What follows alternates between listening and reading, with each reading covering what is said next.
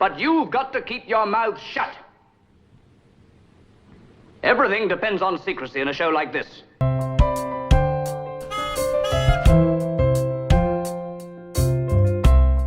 Hello everyone, welcome to MotorHome BB. My name is Alan, and today we're looking for an on-screen hero who was an off-screen hero as well, Richard Todd, and his final resting place. This is St Guthlac's Church in Little Ponting. I'm going to spin you. It's a beautiful old church. Let's go in where angels fear to tread, and we'll find his final resting place together. Let's give you a quick pan of the church. It's a beautiful old church, isn't it? Lovely. Yeah, looks like that's been added on. The bricks slightly different sizes, but it's a very old thing, you can see. No, don't say that about me. That's so unfair. And the day I'm doing this, it's my birthday. Shh. He fought in Normandy, and he was one of the first Englishmen to be there, and in fact actually the very first Irishman. So yeah, quite a proud thing to be, really. And during this mission he met Major John Howard, who was there to help repulse the attacks from the German force. And of course he did actually play Major John Howard in real life in the film, which was The Longest Day. So yeah, and I think a younger actor played him, so it was like acting out your real life, wasn't it? How strange is that? But it's the Dambusters that he's most known for, when he played Wing Commander Guy Gibson. Fantastic film, really good if you've not seen it. And it was the biggest selling film of 1955. In fact, it's the biggest selling, I think it's the 68th biggest selling film ever, British film. That's amazing, isn't it? And it's a wonderful story, and all true. He said when they made the film that they actually knew it was going to be a big success, because they'd been researching it for 2 whole years, and they had a fantastic script, had a wonderful director in Michael Anderson, and they actually had the widow of Guy Gibson on set, and also Barnes Wallis, who was an old man at the time. He was there too. Barnes Wallis, he said, was a wonderfully kind and, you know, very clever mathematician type of guy, but very kind-hearted. And he'd actually been given after the war £10,000, which would be a lot of money then, for his services, you know, in defeating the Germans by developing the bouncing bomb. But he gave it all the money away to a blue collar scholarship, I think it was called, and it was for the people that were dependents after the war. So the full £10,000 he did not keep. And many years later, which was far too late really, he was given a knighthood. But it was a very old man. Barnes Wallis should have got that a lot earlier, in fact just after the war really, because what he'd done was a great achievement. I watched an interview of Richard Todd talking about meeting Alfred Hitchcock, and he said he was overawed to meet him because he was such a giant of a director, and he was beginning out in his career, and he felt completely overawed by this guy. But when he'd been with him a while, he realised that all he was concerned about was the angles of the shots, the storyline. He left the actors to play with the producer, he left the actors to play with the second director, and he never came onto set until they got it perfectly right and could save his time. He wasn't really concerned with the actors as actors, he was only concerned with how the film came out. He wasn't really a kind of people's person. That's what Todd said about Alfred Hitchcock.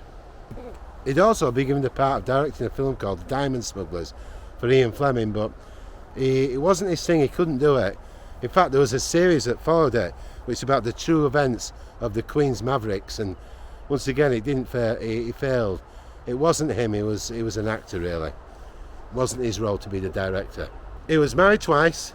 First time was Catherine Grant Bogle, 1949 to 1970.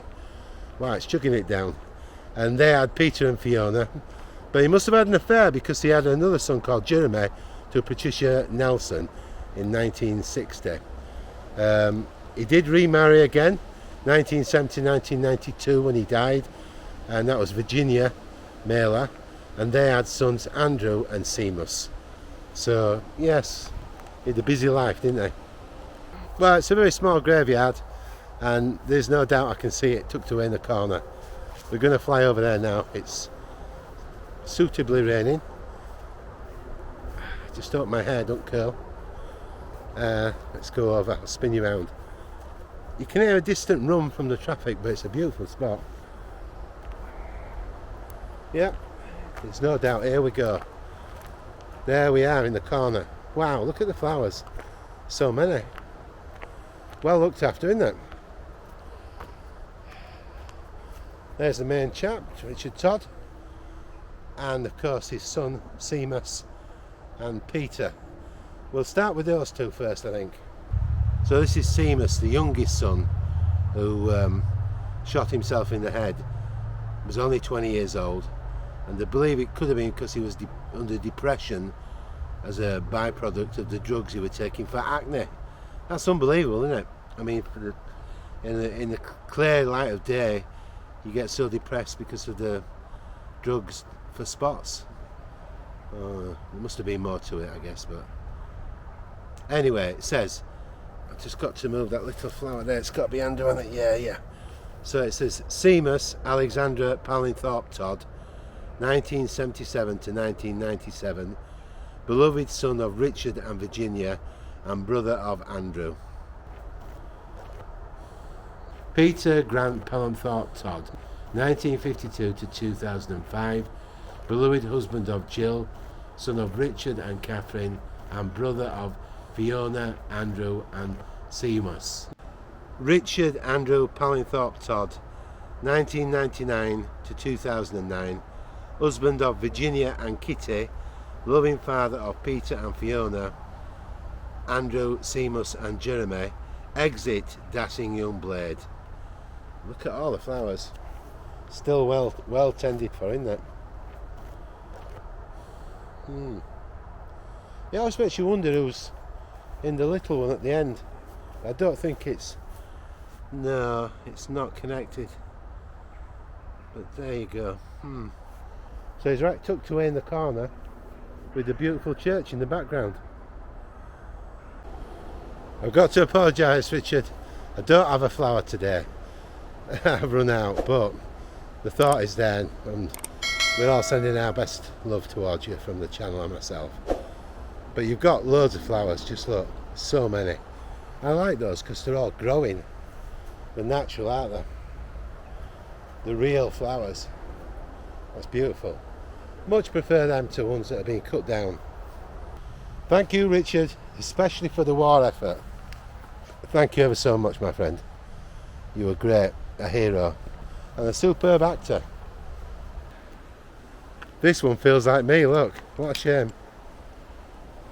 Wow. So there we go, everyone. If you wonder why I'm not doing my final little scene in the graveyard at the end, it started chucking down, so I thought I'll save it for later.